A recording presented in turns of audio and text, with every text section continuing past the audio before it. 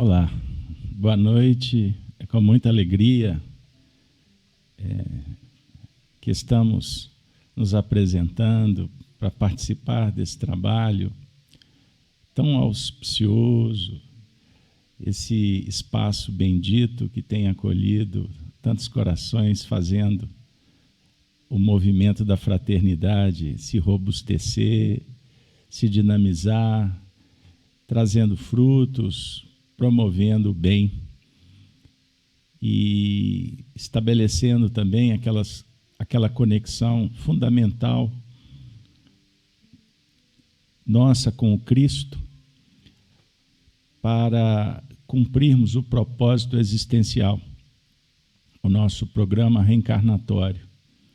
Então eu agradeço de coração a coordenação por estar nos chamando para o trabalho. Espero, humildemente, atender dentro do que a doutrina nos concede e também os limites que possam impedir que eu não consiga atender o que realmente vocês merecem. Mas vamos nos esforçar. Então, estamos aqui motivados também pelo tema, né? Trabalhar com o Sermão da Montanha, especificamente com os bem-aventurados, os mansos ou brandos, né? Conforme a tradução, e pacíficos, mexe também profundamente com a gente, porque tem a ver com o movimento virtuoso que tanto necessitamos para fazer com que o bem nos alimente, né? Então, eu quero, inclusive, agradecer por estar podendo gravar essas reflexões para a gente disponibilizar no canal nosso, né, o canal Gênesis, que é no YouTube, fica na plataforma, e eu convido vocês para vocês acessarem depois. Eu só pergunto se o meu áudio está chegando legal para vocês, porque eu estou tendo só um pequeno eco de retorno. Se tiver ok, só me dá um sinal aí para prosseguir. Ah, legal, obrigado pelo retorno. Então vamos lá, pessoal. É o seguinte, é bom demais receber o passaporte para viajar para Galileia, não é mesmo? E nada melhor também do que poder estudar nesse módulo o Evangelho à luz da doutrina espírita, uma vez que vocês estão na sequência trabalhando nos módulos, não é isso? Com essa obra magnânima que é o Evangelho segundo o Espiritismo, que desenvolve as leis morais contidas no Livro dos Espíritos. Bem-aventurados os que são brandos e pacíficos é o capítulo 9. Vale sempre lembrar que ele vem na sequência, né? O que vocês estudaram anteriormente, os que têm puro coração. Sendo assim, nós vamos agradecer também a Allan Kardec, que teve o cuidado de publicar para a gente, nos ajudando a ressignificar as palavras de Jesus, no item 1, item 2 e item 3. Se vocês me permitem, eu vou iniciar fazendo a leitura, disponibilizo em tela para vocês acompanharem comigo. Palavras de Jesus na citação de Mateus, no capítulo 5, versos 5, 9, o 21 e o 22. Kardec expõe: bem-aventurados os que são brandos, porque possuirão a terra. Bem-aventurados os pacíficos, porque serão chamados filhos de Deus. E no item 3, sabeis que foi dito aos antigos: não matareis, e quem quer que mate merecerá condenação pelo juízo. Eu, porém, vos digo que quem quer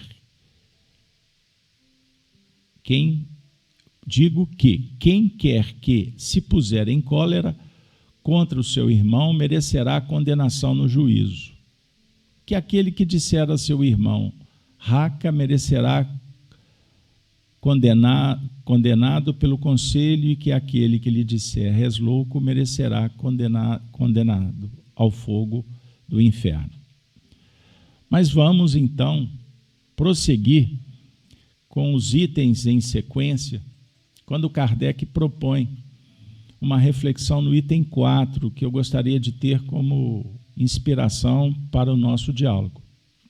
Por estas máximas, Jesus faz da brandura, da moderação, da mansuetude, da afabilidade e da paciência uma lei.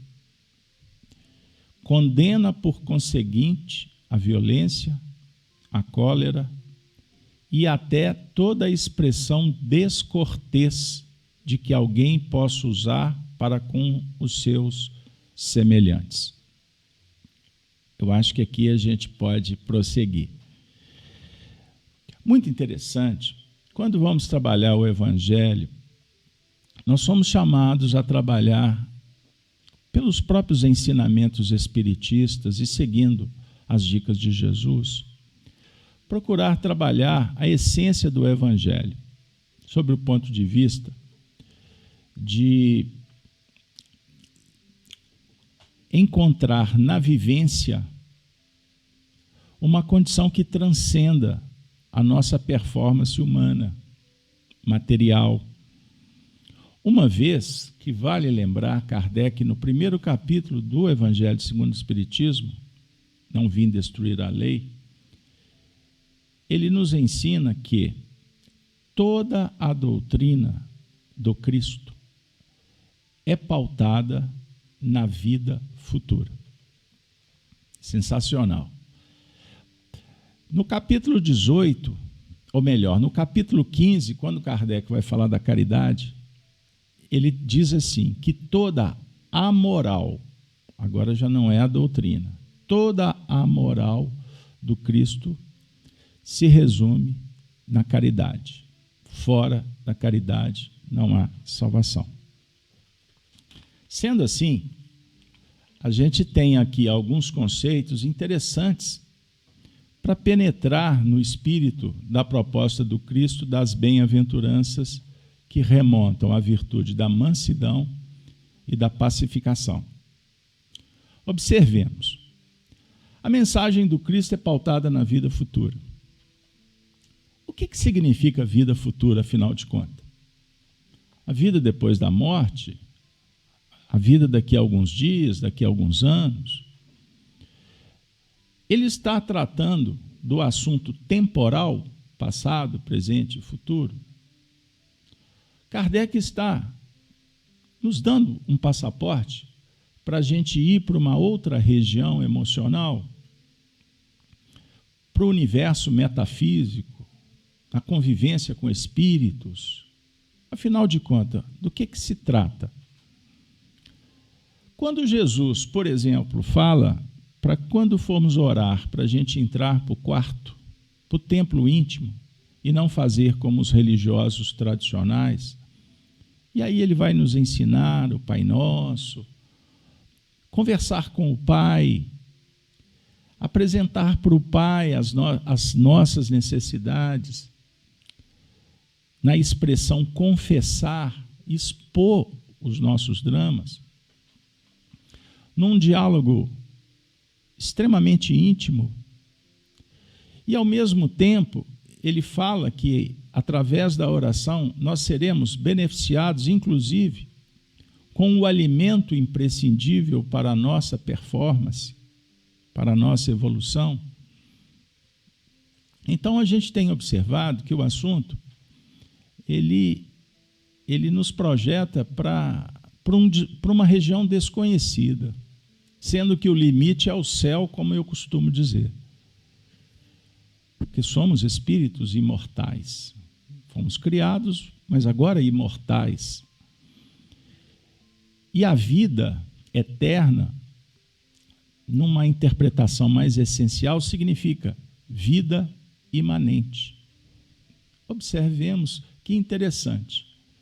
Então, Pai Nosso que estais nos céus, é o Pai Nosso que está em toda parte, É o Pai Nosso que é imanente dentro da gente. E essa imanência é que nos sustenta, essa imanência é que dá direção, que dá sentido, que tem a ver com o nosso propósito existencial.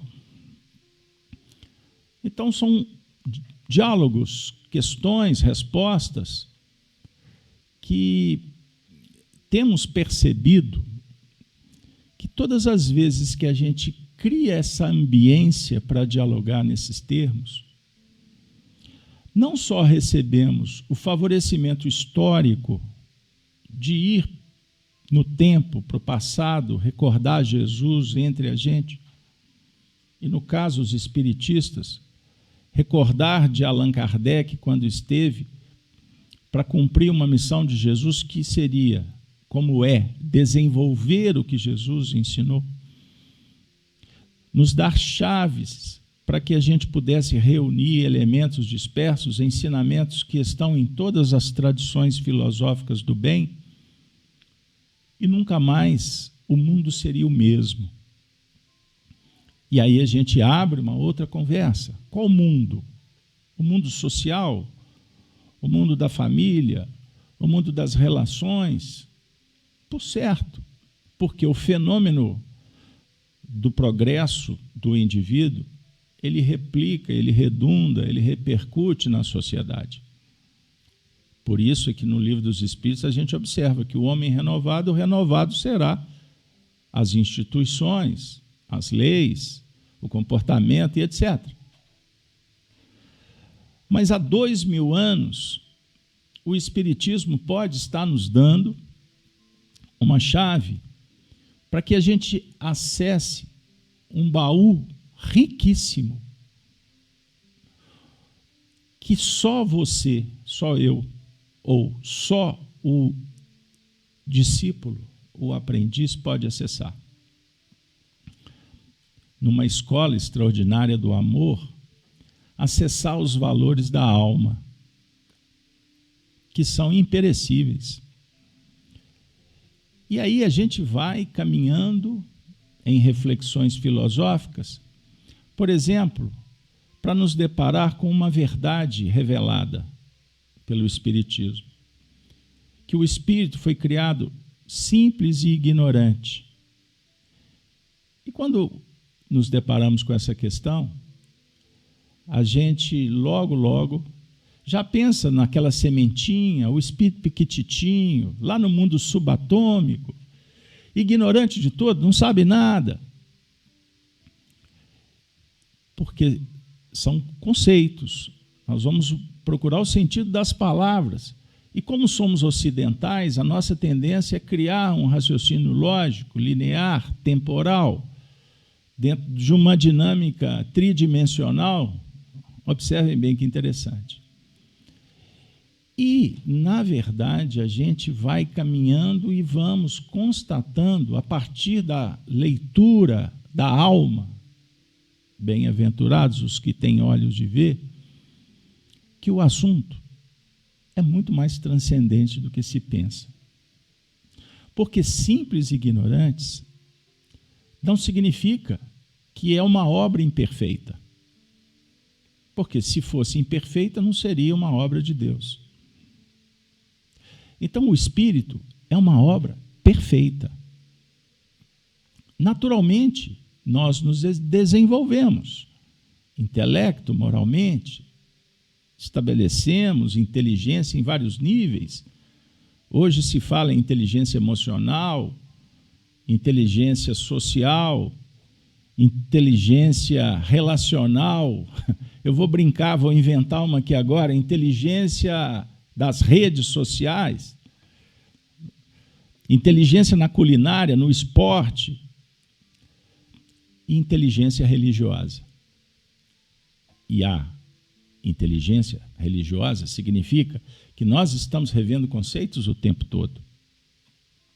E o que é mais importante, fomos informados em diversas páginas do Antigo e do Novo Testamento que a religião verdadeira é a da prática do bem. Ah, então eu vou fazer caridade. Ok. E o que é a caridade? Aí nós vamos dialogar. Benevolência, indulgência, perdão, questão 886 do Livro dos Espíritos. Foi dito que fora da caridade não há salvação. Então eu tenho que fazer beneficência. Tenho que me matricular em todos os institutos de assistência social e promoção. É aquela história toda que a gente já conhece. Que é muito bom, que nos ajuda a desenvolver diversos aspectos dessas diversas inteligências. Mas, afinal de contas, qual religião que efetivamente precisamos encontrar? A religião de fora ou a de dentro? E aí, eu vou corroborar com Allan Kardec. Veja bem, no final da sua vida, ele fez uma palestra, está na Revista Espírita de 1868, parece, 69 que foi publicado, porque foi uma palestra em 68, no Dia dos Mortos, ou Dia de Todos os Santos, quando ele fala, o Espiritismo é uma religião? Afinal de contas, o Espiritismo é filosofia, é ciência, é religião? E aí ele constrói uma teoria extraordinária, e no final ele diz assim, sob o aspecto político, social, o Espiritismo é uma religião. Verdade, porque tem horário, tem recurso, tem organização, tem relação, ok. Mas não é essa religião, conforme as religiões, conforme nós estamos condicionados. É religião no seu sentido de pureza da alma, de vivência nos postulados. E aí, novamente, nos esbarramos com os conceitos que vão nos elevando para o plano de fora ou de dentro. Aí vem a interpretação de cada um. Eu vou corroborar ainda falando que Jesus, para nós, é o modelo perfeito, é o tipo mais perfeito. Mas Jesus, ainda para nós, é o guia da humanidade, é o mestre perfeito, é o amigo de todas as horas. Mas é importante verificar que Jesus de Nazaré, ele propõe que a gente internalize o Cristo, o Messias, que é o libertador. Mas não é o Messias, um enviado que vem de fora. Embora as Pleiades do mundo superior operam em nome do Pai, e Jesus é um deles. Lembram quando ele disse, eu não vim de mim mesmo, mas eu vim em nome do Pai que me enviou, cumprir-lhe as obras? Aí voltamos na pergunta, qual Pai que ele está se referindo? O Pai criador de todas as coisas, que é um Espírito que ele tem acesso, marca a reunião? Ou o Pai imanente que está em todo lugar, inclusive dentro de nós? Em diversas vezes, Jesus se relaciona com o Pai. E ele demonstra isso em suas falas. Conosco ele diz, Pai nosso, sozinho, Deus meu. Qual Deus que ele se refere? De novo, se ele faz a obra do Pai, ele diz que fazer a obra do Pai é se alimentar. A minha comida é fazer a vontade do meu Pai que está no céu. Que está no céu, em algum planeta, em outro sistema, em toda parte, mas principalmente no céu da intimidade, no céu do Espírito, na sua completude, principalmente como essência divina. Então nós podemos, dentro desse contexto, que existe o Criador, o arquétipo primordial numa alusão, numa visão de determinados setores da ciência. Ou Deus, conforme nominamos no Ocidente, o todo, como falavam os egípcios, as tradições antigas da Suméria. Deus era o todo universal. O todo é tudo. Olha que legal.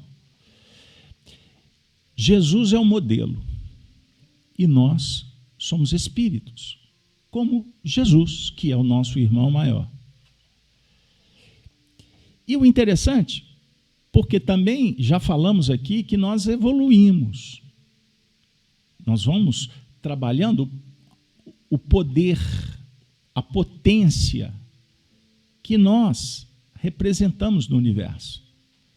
Lembram da questão, por exemplo, 76 da obra espírita? Quem são os espíritos?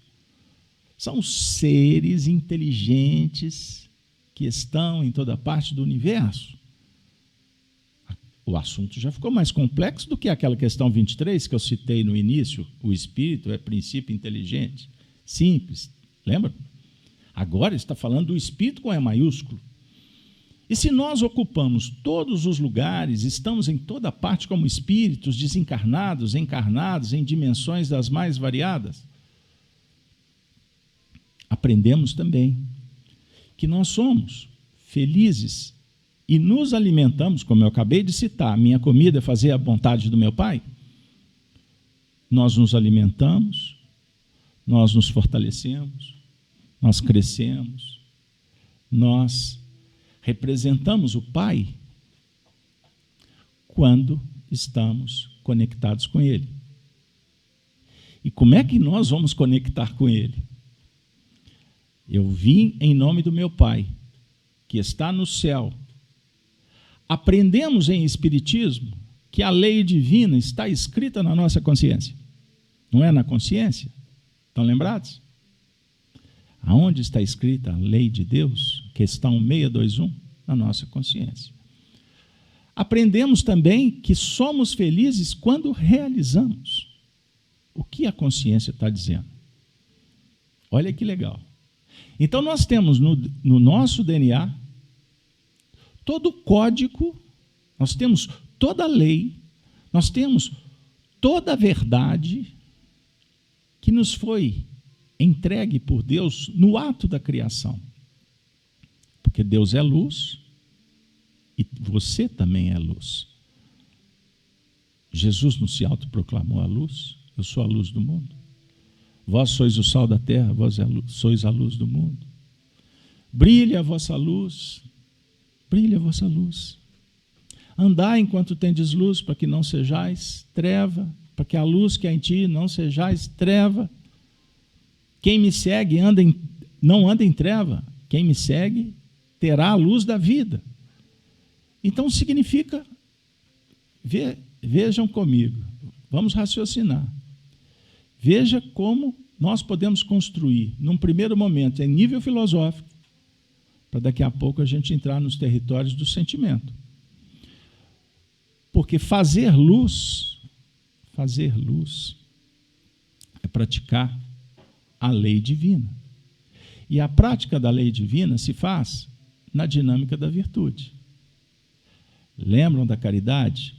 A caridade, na caridade está toda a moral do Cristo. Por que na caridade? Porque a caridade é o símbolo. É um dos símbolos importantes do amor, da fé. Fé não é fidelidade? Do fides? Não é crer naquilo que não vê, mas ter certeza que existe. Crer naquilo que não vê. Ninguém vê o Pai, senão o Filho. Lembram dessa expressão do Evangelho? Então, só o Filho vê o Pai. Aí os religiosos tradicionais, inclusive espíritas, e faz parte, tá? Não tem problema nenhum. Nós ficamos assim, então Jesus pode ver Deus. Só Ele pode ver Deus. nós podemos concluir, vê se você concorda, que só pode ver o Pai e o Filho. Você é filho? Nós somos filhos de Deus? Verdadeiramente nos concebemos como filhos? Se fôssemos filhos, verdadeiramente nós cumpriríamos toda a lei. Mas eu não compreendo toda a lei. Mas quando eu identifico e faço algo em consonância com essa lei, eu me sinto bem. Algo dentro de mim diz, está certo. É isso mesmo. Olha que maravilha. Então, quando eu pratico o bem, não o bem que um religioso me disse que eu tenho que fazer, embora isso é importante orientar, nós estamos sendo orientados em muitos ciclos evolucionais. Quando você nasce, você é orientado pela sua mãe, não é verdade? Pelos seus pais. Nós somos educando, nós somos educadores, isso na relação de interdependência. Mas eu quero dizer o seguinte, que fazer a vontade do Pai que está no céu, cumprir-lhe a obra, nós somos felizes quando assim procedemos. Somos infelizes quando não. Quando não, significa que nós estamos, por escolha, nos rebelando. Nós estamos afrontando. Nós estamos confrontando a lei do amor. Por isso somos infelizes. Por que somos infelizes? Porque seremos punidos? Nós somos infelizes porque estamos machucando alguém? Por que nós somos infelizes? Porque eu não estou realizando os meus sonhos? Nós somos infelizes porque existe na nossa intimidade uma lei, que é a lei de verdade, ou a lei da verdade. Não a verdade que vamos adquirir intelectualmente. Me refiro à verdade sobre o ponto de vista da revelação de todas essas leis que se dá ao nível consciencial. Mas para ser prático ou pragmático, nós temos um propósito existencial que eu vou adaptar em Espiritismo tratando como um propósito reencarnatório. Referência, Missionários da Luz. Missionários da Luz. Vocês vão ver um projeto reencarnatório do Segismundo. Beleza, ok. Vocês viram que funciona mesmo. A coisa é majestosa, é transcendente e é complexa, porque envolve pessoas, família, corpos, profissão, religião, envolve uma série de assuntos. É um projeto que é cumprido ou não, com tendências, com possibilidades, com atraso, com conquistas. Mas muito mais do que um projeto que eu assumi no plano espiritual com os meus mentores, você também, porque todos nós que estamos evoluindo, e não tenha dúvida que espiritista principalmente, nós assumimos um compromisso. Existem espíritos que não têm condição para isso, tá? Espíritos mais atrasados, vou dizer assim.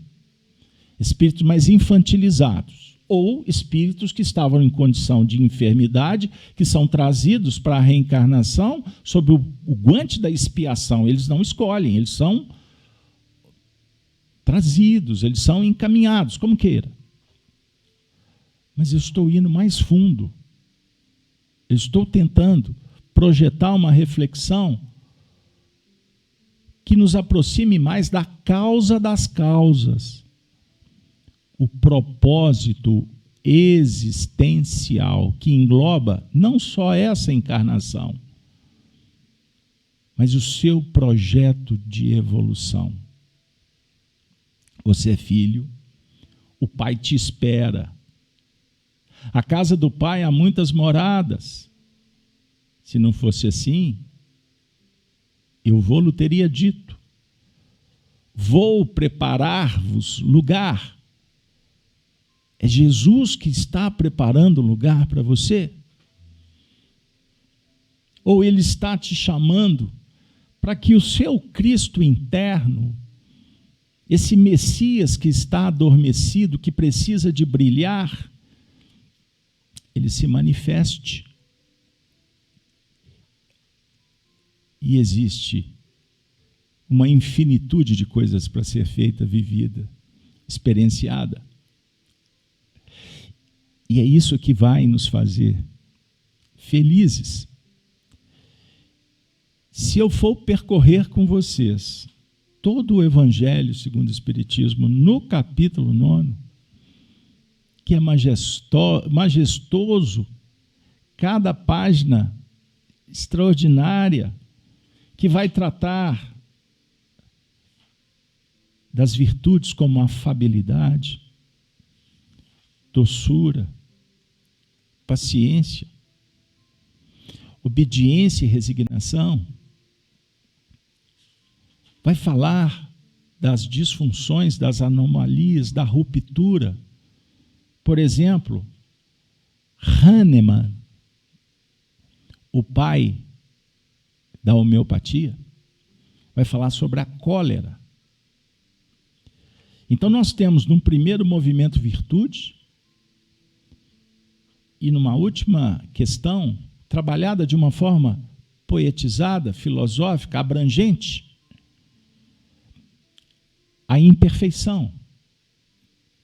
Então isso significa que no nosso desenvolvimento espiritual, em Espiritismo aprendemos que evoluímos intelecto moralmente. Praticar a virtude nos ajuda. Estudar sobre a lei é extraordinário para que a gente desenvolva o senso moral e as nossas escolhas sejam mais elaboradas, mais qualificadas para repercutir na nossa vida pessoal. Percebam isso. Porque assim, a nossa personalidade... Agora eu vou pedir licença para passear um pouquinho na ciência da psicologia transpessoal, para dizer o seguinte, que nós temos a essência que é pura, o ser essencial, o espírito. E esse espírito, em cada reencarnação, ele vai desenvolver as suas personalidades, que personalidade é um veículo de manifestação, seu nome, seu bairro, sua caixa postal, seu CPF, para que você possa estagiar essa personalidade, favorece. Você vai estagiar como homem, como mulher, como pai ou mãe, cônjuge, filhos, irmãos, parentes, membro de um grupo, você que é espírita. Você vai estagiar como dirigente da casa espírita, como o colaborador, como médium, na reunião mediúnica, como passista, sustentador ou vibracional, seja o caminho que a vida proponha. Você estará sempre sendo chamado para estagiar, para que o seu potencial espiritual signifique para você vivência, experiência. Assim nós vamos despertando a consciência sempre para ver com o olhar mais capacitado. E tudo isso tem um ingrediente fundamental. Que você comece a observar a si mesmo. Porque a ciência, aprendemos, lá na filosofia socrática, que Santo Agostinho, no Livro dos Espíritos, faz com que recordemos, porque a filosofia espírita faz um apanhado de diversas escolas filosóficas. O espírita que está entendendo sobre o assunto, ele estuda o espiritismo, mas se o espiritismo soltou uma flecha para ele estudar Platão, ele vai em Platão, ele vai em Agostinho. Eu citei Hahnemann. Ele não se dá por satisfeito, ele vai lá na causa, de onde surgiu, para aprofundar. Então, voltando, Agostinho fala, lá nas questões finais do Livro dos Espíritos, sobre a importância de fazer um diário, verificar quantas virtudes eu operacionalizei naquele dia, quantas imperfeições que cultivei da mesma sorte, ou em contraponto, quantas imperfeições eu já estou transcendendo, substituindo-as por virtudes, porque você, anote o que eu vou dizer, imperfeição você adquiriu, porque você era puro. Você era um ser essencial e as suas personalidades, por escolha e por repetição, você foi trazendo para pertinho. E aí nós desenvolvemos e trabalhamos com os chamados sentimentos egóicos. E aí eu vou mais à frente. Quais sentimentos são esses? Sentimentos egóicos nós podemos listar facilmente, o condomínio todo identifica em nós. A vaidade, o egoísmo, o orgulho, não é mesmo?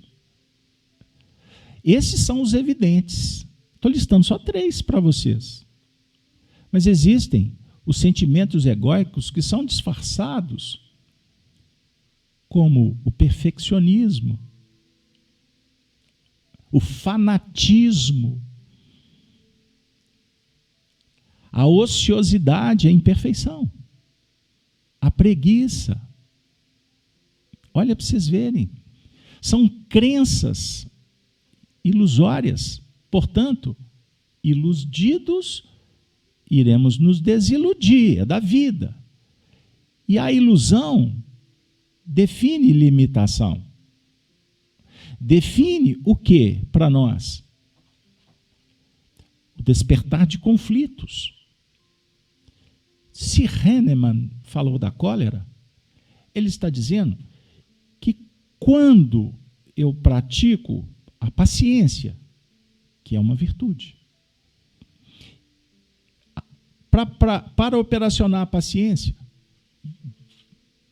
a afabilidade, a doçura, a definir que a benevolência para com os seus semelhantes é fruto do amor ao próximo.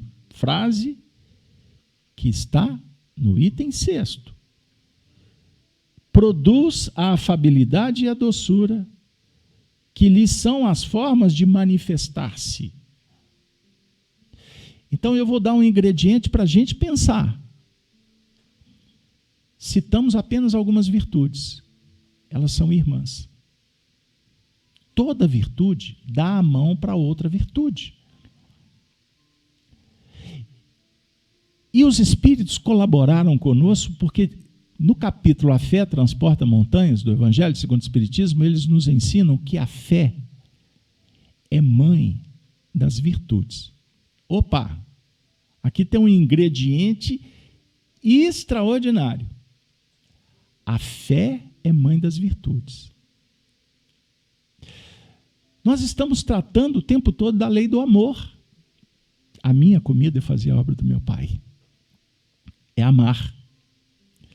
Então significa que coragem é um diálogo com a humildade. Entenderam? A humildade é prima primeira da resiliência, da simplicidade. Olha que legal, pessoal. São irmãs e têm a fé. Não é fé dogmática que eu acredito que Jesus vai vir aqui, que os espíritos... Mas a fé que te faz, que te auxilia a conectar com Deus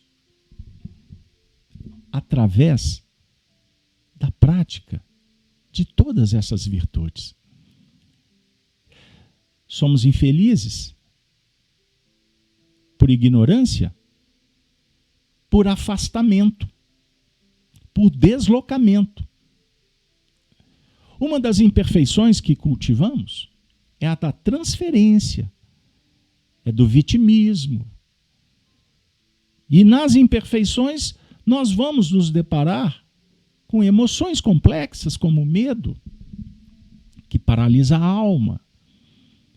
E o medo, por exemplo, ele traz junto a insegurança.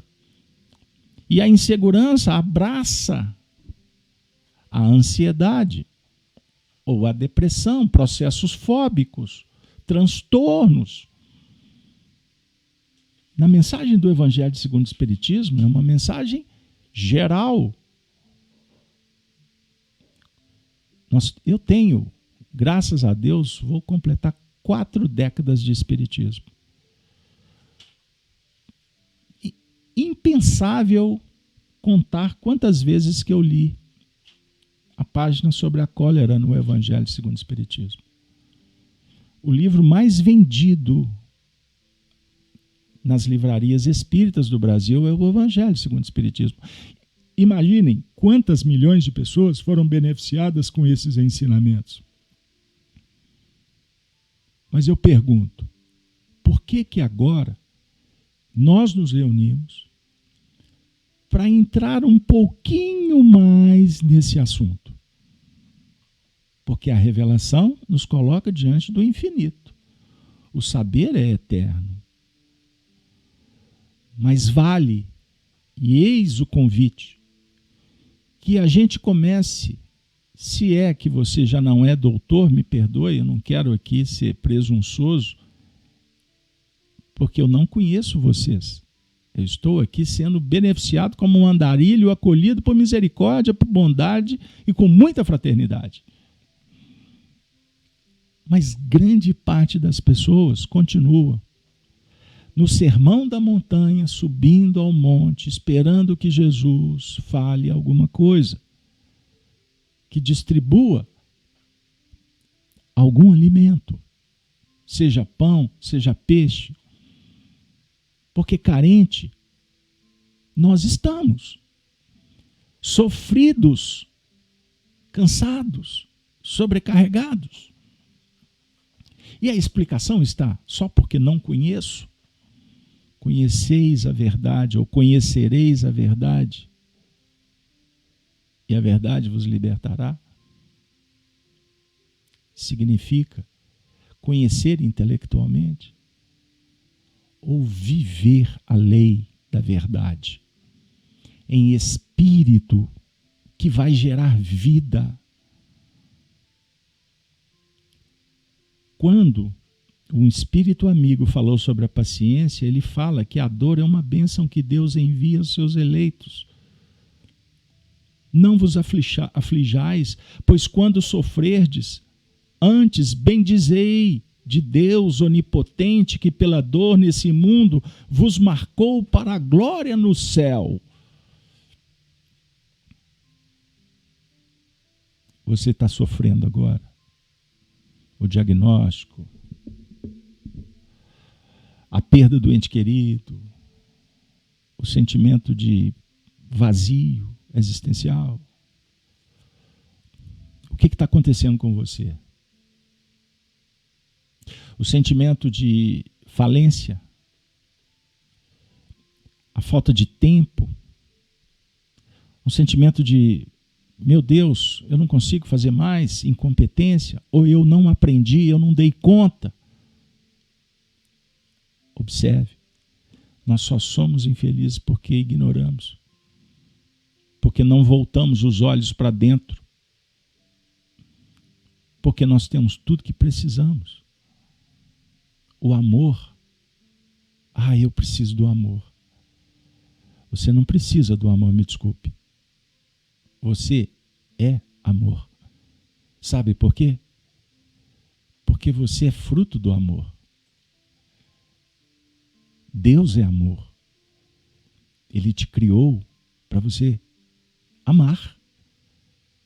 Porque amando, todos os seus problemas serão solucionados. Ah, Carlos Alberto, mas eu passei a vida toda amando meus filhos, meu marido, minha mulher, amei, fiz caridade, ajudei, olha que estado que eu estou. Pode ser que você não entendeu o que Jesus quis dizer. Lembram do capítulo 10 do Evangelho de Lucas? Quando Jesus foi perguntado pelo doutor da lei o que fazer para entrar na vida eterna, herdar a vida eterna, o que Jesus disse para ele? Ele falava com alguém que conhecia intelectualmente. Foi preparado para isso. Ele era um doutor da lei. O doutor respondeu: amarás o teu Senhor de todo o teu coração, de toda a tua alma e o teu próximo como a ti mesmo. Está escrito na lei. Aí Jesus disse para ele o quê? Faze isso e viverás. Mas ele voltou e perguntou: mas quem é meu próximo? Jesus foi contar a parábola do samaritano. Descia um homem de Jerusalém para Jericó e caiu na mão dos salteadores, que tiraram suas roupas, roubaram-lhe tudo e deixaram-lhe meio morto.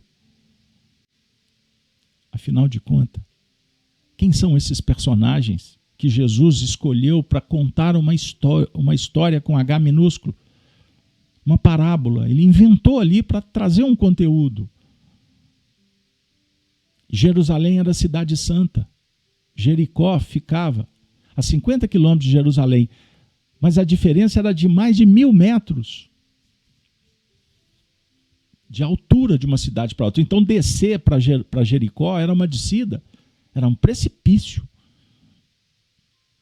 Esse homem que desceu de Jerusalém, que é a cidade santa, para Jericó, que é a cidade do comércio, um centro urbano, pode representar, se você entender assim, que somos nós quando desconectamos da essência espiritual. E vamos perambular pelas terras do mundo e caímos. Caímos por escolha, porque buscamos a ilusão, o prazer egóico, o sentimento de onipotência, de controle, de domínio. E esse sentimento de onipotência, que é indevidamente interpretado, porque você tem a potência, mas você precisa de entender para direcionar e ser feliz com esse potencial divino, que podemos até dar o nome de força endo, que vem de dentro, evolutiva. Mas é necessário que você utilize uma força chamada autoevolutiva para domar essa endoevolutiva. Glória a Deus nas alturas e paz na terra aos homens de boa vontade. Usar a vontade para direcionar a prática das virtudes. O homem desceu, precipitou-se. E por que ele caiu na mão dos salteadores, dos ladrões que o roubaram? Quem são os ladrões? São as nossas imperfeições, que nós nos entregamos facilmente a elas.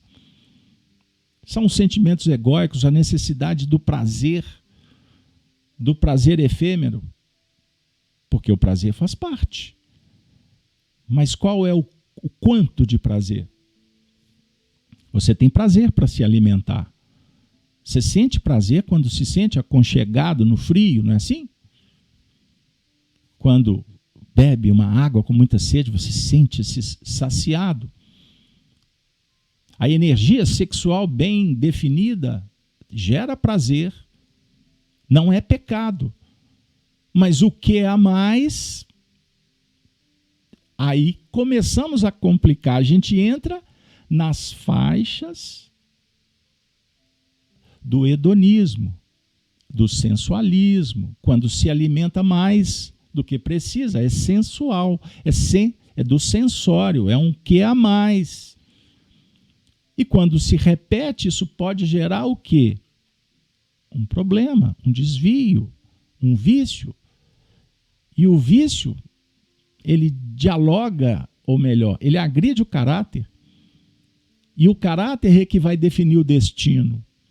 Então você não nasceu para pagar conta. O Espiritismo não vai te dizer que você tem um débito, porque se fosse débito a gente não teria como pagar de tanto erro. Não entendi. Assim, calma. O Espiritismo vai dizer que todos os sentimentos e emoções egóicas que nós geramos, nós teremos que aprender com ela. Livro Céu e Inferno, que agora no dia 1º de agosto completou mais um aniversário.